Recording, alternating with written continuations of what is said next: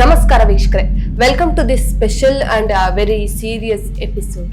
ಕರ್ನಾಟಕದ ಪಾಲಿಟಿಕ್ಸ್ ಅಂದ್ರೇನೆ ಒಂದು ದೊಡ್ಡ ಚೆಸ್ ಗೇಮ್ ಇದ್ದ ಹಾಗೆ.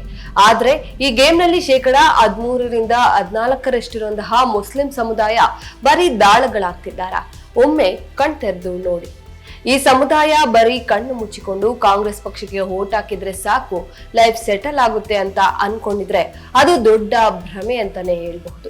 ದಾವಣಗೆರೆ ದಕ್ಷಿಣ ಉಪಚುನಾವಣೆಯಲ್ಲಿ ನಡೆದಂತಹ ಹೈ ಡ್ರಾಮಾ, ಕಣ್ಣ ಮುಂದಿರುವಂತಹ ಮುಸ್ಲಿಂ ನಾಯಕರ ಅಸಲಿ ಬಣ್ಣ ಪ್ಲಾನ್ ಬಗ್ಗೆ ಇವತ್ತು ಎಳೆಯಾಗಿ ಬಿಡಿಸಿ ಮಾತನಾಡೋಣ. ಆದ್ರೆ ಎಲ್ಲೂ ಸ್ಕಿಪ್ ಮಾಡದೆ ಕೊನೆವರೆಗೂ ವಿಡಿಯೋವನ್ನ ನೋಡಿ. ಅದಕ್ಕೂ ಮುನ್ನ ನೀವು ನಮ್ಮ ಪೀಪಲ್ ಟಿವಿಯನ್ನ ಸಬ್ಸ್ಕ್ರೈಬ್ ಮಾಡಿಲ್ಲ ಅಂದ್ರೆ ಈ ಕೂಡಲೇ ಸಬ್ಸ್ಕ್ರೈಬ್ ಮಾಡಿ, ಬೆಲ್ ಐಕಾನ್ ಪ್ರೆಸ್ ಮಾಡಿ. ಹಾಗೇನೆ ನಮ್ಮ ಫೇಸ್ಬುಕ್ ಮತ್ತೆ ಟ್ವಿಟರ್ ಪೇಜ್ ಗಳನ್ನ ಫಾಲೋ ಮಾಡೋದನ್ನ ಮರಿಬೇಡಿ.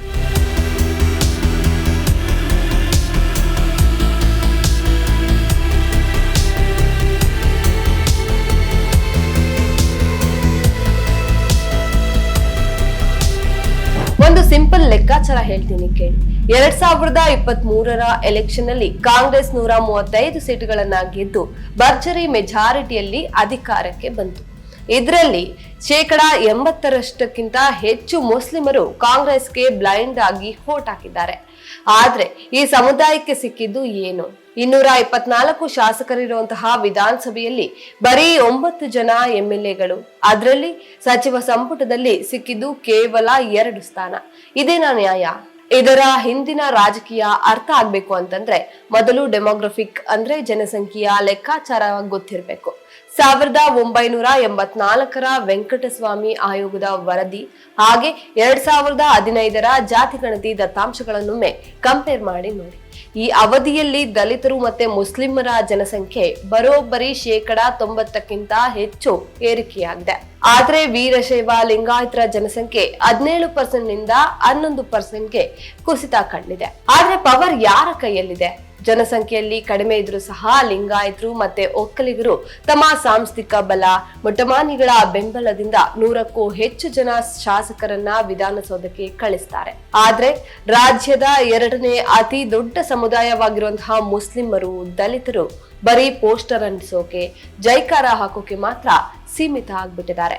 ಇದು ಬಹುಸಂಖ್ಯಾತ ರಾಜಕಾರಣದಲ್ಲಿ ಇವರನ್ನ ಉದ್ದೇಶಪೂರ್ವಕವಾಗಿ ಮೂಲೆಗುಂಪು ಮಾಡ್ತಿರುವಂತಹ ಸಾಂಸ್ಥಿಕ ಷಡ್ಯಂತ್ರ ಅಂತಾನೆ ಹೇಳಬಹುದು. ಈಗ ದಾವಣಗೆರೆ ದಕ್ಷಿಣದ ಸ್ಟೋರಿಗೆ ಬರೋಣ. ಕೇಳಿದ್ರೆ ನಿಮ್ಮ ರಕ್ತ ಕುದಿಯತ್ತೆ. ದಾವಣಗೆರೆ ಅಂದ್ರೆ ಶಾಮನೂರು ಶಿವಶಂಕರಪ್ಪ ಕುಟುಂಬದ ಅಡ್ಡ. 1969ರಲ್ಲಿ ನಗರಸಭೆ ಅಧ್ಯಕ್ಷರಾಗಿದ್ದಾಗಿನಿಂದ ಅವರ ಸಾಮ್ರಾಜ್ಯ ಶುರುವಾಯಿತು ನೋಡಿ.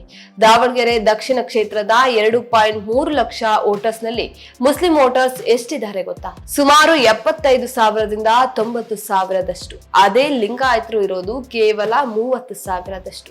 ಶಾಮನೂರು ಶಿವಶಂಕರಪ್ಪ ಅವರ ನಿಧನದ ನಂತರ ಉಪಚುನಾವಣೆ ಬಂತು. ಇಷ್ಟು ವರ್ಷ ಕಣ್ಣು ಮುಚ್ಚಿಕೊಂಡು ಓಟ್ ಹಾಕಿದಂತ ಮುಸ್ಲಿಮರು ಈ ಬಾರಿಯಾದ್ರೂ ನಮ್ಮ ಸಮುದಾಯದ ನಾಯಕನಿಗೆ ಟಿಕೆಟ್ ಕೊಡಿ ಅಂತ ನ್ಯಾಯವನ್ನ ಕೇಳಿದ್ರು. ಆದ್ರೆ ಕಾಂಗ್ರೆಸ್ ಮಾಡಿದ್ದೇನು? ಸತ್ತವರ ಕುಟುಂಬಕ್ಕೆ ಟಿಕೆಟ್ ಕೊಡೋದು ನಮ್ಮ ಸಂಪ್ರದಾಯ ಅಂತ ನೆಪವನ್ನ ಹೇಳಿ ಮಂತ್ರಿಯಾಗಿರುವಂತಹ SS ಮಲ್ಲಿಕಾರ್ಜುನ್ ಅವರ ಮಗ ಸಮರ್ಥ್ ಮಲ್ಲಿಕಾರ್ಜುನ್ಗೆ ಟಿಕೆಟ್ ಅನ್ನ ಕೊಟ್ರು. ಅಂದ್ರೆ ಇಡೀ ಜಿಲ್ಲೆಯ ಅಧಿಕಾರ ಒಂದೇ ಫ್ಯಾಮಿಲಿಗೆ ಸಿಕ್ಕಾಗಾಯ್ತು. ಇದರಿಂದ ರೊಚ್ಚಿಗೆದ್ದಂತಹ ಮುಸ್ಲಿಂ ಮುಖಂಡರು ಬಂಡಾಯವನ್ನ ಎದ್ರು. ಸಾದಿಕ್ ಪೈಲ್ವಾನ್ ಅನ್ನುವಂತಹ ಓ ನಾಯಕ ಬಂಡಾಯ ಅಭ್ಯರ್ಥಿಯಾಗಿ ನಾಮಪತ್ರವನ್ನ ಹಾಕಿದ್ರು. ಆದ್ರೆ ಸಿಎಂ ಸಿದ್ದರಾಮಯ್ಯ, DK ಶಿವಕುಮಾರ್ ಮತ್ತೆ ಮುಸ್ಲಿಂ ಸಮುದಾಯದ ರಿಜ್ವಾನ್ ಅರ್ಷದ್, ಸಲೀಂ ಅಹಮದ್ ಅವರ ಪ್ರೆಷರ್ಗೆ ಮಣಿದು ಸಾದಿಕ್ ಪೈಲ್ವಾನ್ ಹಿಂದೆ ಸರಿದ್ರು. ಮೇಲ್ನೋಟಕ್ಕೆ ಇದು ಕಾಂಪ್ರಮೈಸ್ ತರ ಕಾಣಿಸಿದ್ರು ಸಹ ಇದು ಮುಸ್ಲಿಮರ ಧ್ವನಿಯನ್ನ ಬಲವಂತವಾಗಿ ಅಡಗಿಸಿದಂತ ಸ್ಪಷ್ಟ ಉದಾಹರಣೆಯಾಗಿದೆ. ಅಸಲಿ ಆಟ ಶುರುವಾಗಿದ್ದೆ ಎಲೆಕ್ಷನ್ ಮುಗಿದ ಮೇಲೆ. ಕಾಂಗ್ರೆಸ್ಗೆ ಸೋಲಿನ ಭೀತಿ ಶುರುವಾಗಿದ್ದೆ ತಡ. ತಮ್ಮ ತಪ್ಪುಗಳನ್ನ ಮುಚ್ಚಿ ಹಾಕೋದಿಕ್ಕೆ ಅಂತ ನಮ್ಮ ನಾಯಕರನ್ನೇ ಬಲಿಪಶು ಮಾಡಿದ್ರು. ದಾವಣಗೆರೆಯಲ್ಲಿ ಮುಸ್ಲಿಂ ಕ್ಯಾಂಡಿಡೇಟ್ಗೆ ಟಿಕೆಟ್ ಕೇಳಿದ್ದೆ ದೊಡ್ಡ ಅಪರಾಧ ಅನ್ನೋ ಹಾಗೆ ಕೆಪಿಸಿಸಿ ಅಲ್ಪಸಂಖ್ಯಾತ ಘಟಕದ ಅಧ್ಯಕ್ಷರಾಗಿದ್ದಂತಹ ಅಬ್ದುಲ್ ಜಬ್ಬಾರ್ ಅವರನ್ನ ಪಾರ್ಟಿಯಿಂದ ಸಸ್ಪೆಂಡ್ ಮಾಡಿದ್ರು. ಅಷ್ಟೇ ಅಲ್ಲ, ಕೆಪಿಸಿಸಿ ಅಲ್ಪಸಂಖ್ಯಾತ ಘಟಕವನ್ನೇ ವಿಸರ್ಜನೆ ಮಾಡ್ಬಿಟ್ರು. ಅದು ಅಲ್ಲದೆ ಸಿಎಂ ಸಿದ್ದರಾಮಯ್ಯನವರ ರಾಜಕೀಯ ಕಾರ್ಯದರ್ಶಿಯಾಗಿದ್ದಂತಹ ನಸೀರ್ ಅಹಮದ್ ಅವರನ್ನ ಆ ಹುದ್ದೆಯಿಂದಲೇ ವಜಾ ಮಾಡಿದ್ರು. ಇದೇ ಕಾಂಗ್ರೆಸ್ನ ಡಬಲ್ ಸ್ಟ್ಯಾಂಡರ್ಡ್ ನೋಡಿ. ಎಸ್ಡಿಪಿಐ ರಾಜ್ಯಾಧ್ಯಕ್ಷ ಅಬ್ದುಲ್ ಮಜೀದ್ ಅವರನ್ನ ಪ್ರೆಸ್ ಮೀಟ್ ನಲ್ಲಿ ಕೇಳಿದ ಪ್ರಶ್ನೆಗೆ ಕಾಂಗ್ರೆಸ್ ಹತ್ರ ಉತ್ತರ ಇರಲಿಲ್ಲ. ಇದೇ ಶಾಮನೂರು ಶಿವಶಂಕರಪ್ಪ ಅವರು ಶಿವಮೊಗ್ಗ ಲೋಕಸಭಾ ಚುನಾವಣೆಯಲ್ಲಿ ಬಿಜೆಪಿ BY ರಾಘವೇಂದ್ರ ಅವರಿಗೆ ಓಪನ್ ಆಗಿ ಸಪೋರ್ಟ್ ಮಾಡಿದ್ರು. ಕಾಂಗ್ರೆಸ್ ಹೈಕಮಾಂಡ್ ಅವರಿಗೆ ಕನಿಷ್ಠ ಒಂದು ನೋಟಿಸ್ ಕೂಡ ಕೊಡ್ಲಿಲ್ಲ. 2012ರ MLC ಎಲೆಕ್ಷನ್ ಅಲ್ಲಿ ನಮ್ಮ ನಾಯಕ ಇಕ್ಬಾಲ್ ಅಹಮದ್ ಸರಡಗಿ ಅವರು ಸೋಲೋದಕ್ಕೆ ಅಂತ ಕಾಂಗ್ರೆಸ್ ಶಾಸಕರೇ ಅಡ್ಡ ಮತದಾನವನ್ನ ಮಾಡಿದ್ರು. ಆದ್ರೂ ಯಾರ ಮೇಲೂ ಆಕ್ಷನ್ ಆಗ್ಲಿಲ್ಲ. ಪ್ರಬಲ ಜಾತಿಯ ನಾಯಕರು ಪಕ್ಷದ ಲೈನ್ ಕ್ರಾಸ್ ಮಾಡಿದರೆ ಅದು ಅನಿವಾರ್ಯತೆ. ಆದ್ರೆ ಮುಸ್ಲಿಂ ನಾಯಕರು ತಮ್ಮ ಹಕ್ಕನ್ನ ಕೇಳಿದ್ರೆ ಪಕ್ಷ ವಿರೋಧಿ ಚಟುವಟಿಕೆ. ಇನ್ನು ಈ ಸಮುದಾಯದ ದೊಡ್ಡ ಶಾಪ ಅಂತಂದ್ರೆ ಇದರ ನಾಯಕರ ಒಳಗಿನ ಕಚ್ಚಾಟ. ಹೊರಗಿನವರಿಗಿಂತ ಇವರೇ ದೊಡ್ಡ ಶತ್ರುಗಳಾಗಿದ್ದಾರೆ. ದಾವಣಗೆರೆ ಇಶ್ಯೂನಲ್ಲಿ ರಿಜ್ವಾನ್ ಅರ್ಷದ್ ಮತ್ತೆ ಸಲೀಂ ಅಹಮದ್ ಅವರು ಓಪನ್ ಆಗಿ ಪ್ರೆಸ್ ಮೀಟ್ ಮಾಡಿ ಜಮೀರ್ ಅಹಮದ್ ಖಾನ್ ವಿರುದ್ಧವೇ ಷಡ್ಯಂತ್ರದ ಆರೋಪವನ್ನ ಮಾಡಿದ್ರು. ಜಮೀರ್ ಅವರು ಹೈಕಮಾಂಡ್ ಸೂಚನೆಯಂತೆ ಕೇರಳದಲ್ಲಿ ಸ್ಟಾರ್ ಪ್ರಚಾರಕರಾಗಿ ಪ್ರಚಾರವನ್ನ ಮಾಡ್ತಾ ಇದ್ರು. ಆದ್ರೂ ಅವರ ಮೇಲೆ ಗೂಬೆ ಕೂರಿಸುವಂತಹ ಪ್ರಯತ್ನ ನಡೀತು.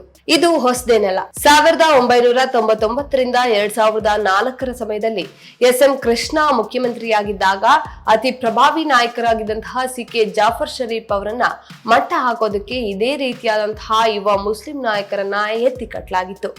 ಇವತ್ತು ಜಮೀರ್ ಬೆಳೀತಾ ಇದ್ದಾರೆ ಅಂತ ಅವರನ್ನ ತುಳಿಯೋದಕ್ಕೆ ಅದೇ ಹಳೆ ಸ್ಟ್ರಾಟಜಿಯನ್ನ ಬಳಸ್ತಿದ್ದಾರೆ ಅಷ್ಟೇ. ರಾಷ್ಟ್ರ ಮಟ್ಟದಲ್ಲಿ ನೋಡಿದ್ರೆ 2004ರಲ್ಲಿ ಇಕ್ಬಾಲ್ ಅಹಮದ್ ಸರಡಗಿ ಬಿಟ್ರೆ ಕರ್ನಾಟಕದಿಂದ ಲೋಕಸಭೆಗೆ ಯಾವ ಮುಸ್ಲಿಂ MPಯೂ ಸಹ ಹೋಗಿಲ್ಲ.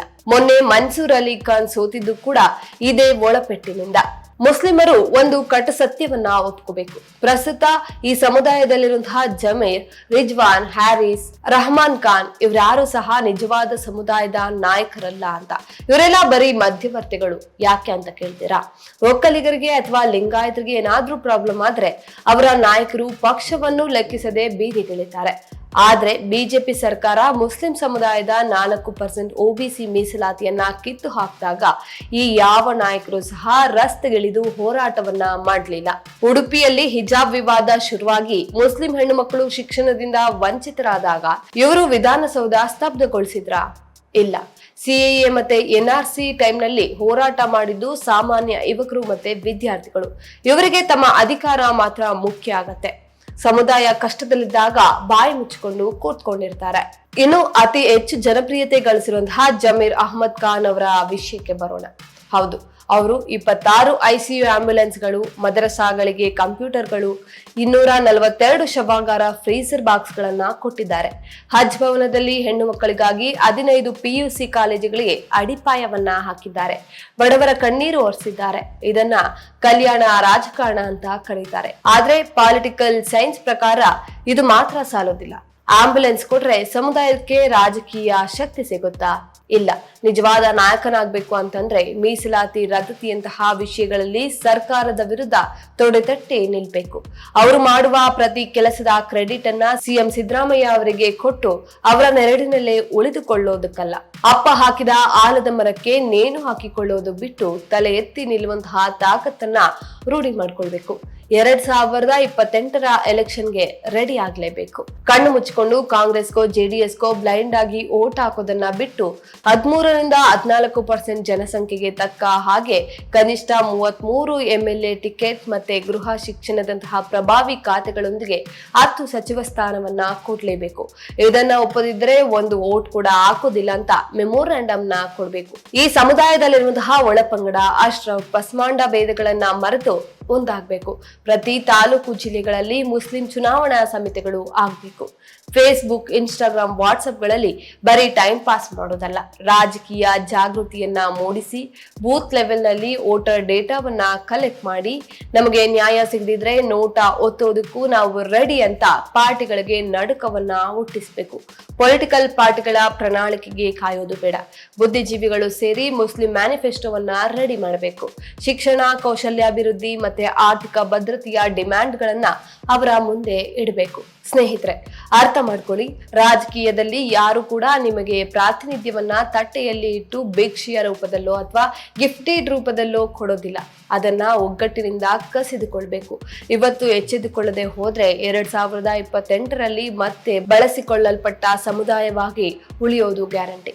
ನಿಮ್ಮ ಮತವೇ ನಿಮ್ಮ ಬಲ ಅಂತ ಹೇಳ್ತಾ ಇವತ್ತಿನ ಈ ವಿಡಿಯೋವನ್ನ ಮುಗಿಸ್ತಾ ಇದ್ದೇನೆ. ನಮಸ್ಕಾರ.